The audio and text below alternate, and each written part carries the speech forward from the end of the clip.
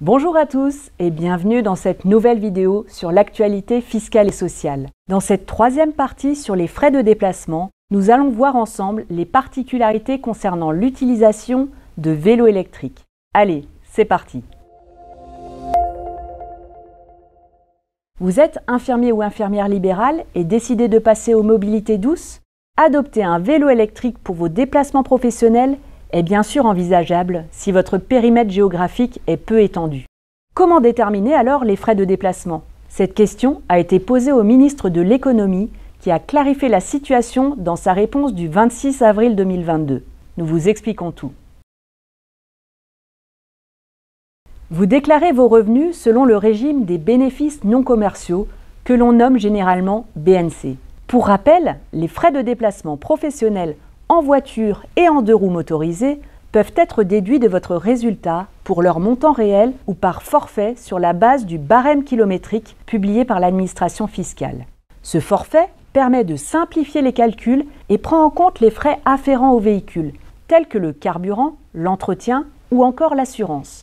En parallèle, les frais non couverts sont déductibles pour leur montant réel, comme les intérêts d'emprunt pour acquérir le véhicule, les grosses réparations ou encore les frais de parking. De plus en plus souvent, vous associez un véhicule et un vélo à assistance électrique, notamment pour effectuer vos trajets domicile-cabinet. Or, en cas d'utilisation simultanée de plusieurs véhicules, l'option pour le barème kilométrique doit être exercée pour l'ensemble des véhicules. Le vélo à assistance électrique ne correspond pas à la définition de deux roues motorisées. Par conséquent, il ne peut bénéficier d'une application du barème kilométrique. Dès lors, les frais de vélo électrique doivent être déduits pour leur montant réel et justifié. Cela comprend la location de batterie, les frais de recharge des batteries, l'entretien ou encore les réparations. Cela ne remet pas en cause l'application du barème kilométrique pour les autres véhicules utilisés dans un cadre professionnel. Le vélo à assistance électrique constitue l'exception au principe d'application du barème kilométrique pour tous les véhicules. Les frais d'acquisition du vélo électrique constituent une dépense d'immobilisation déductible par le biais des amortissements.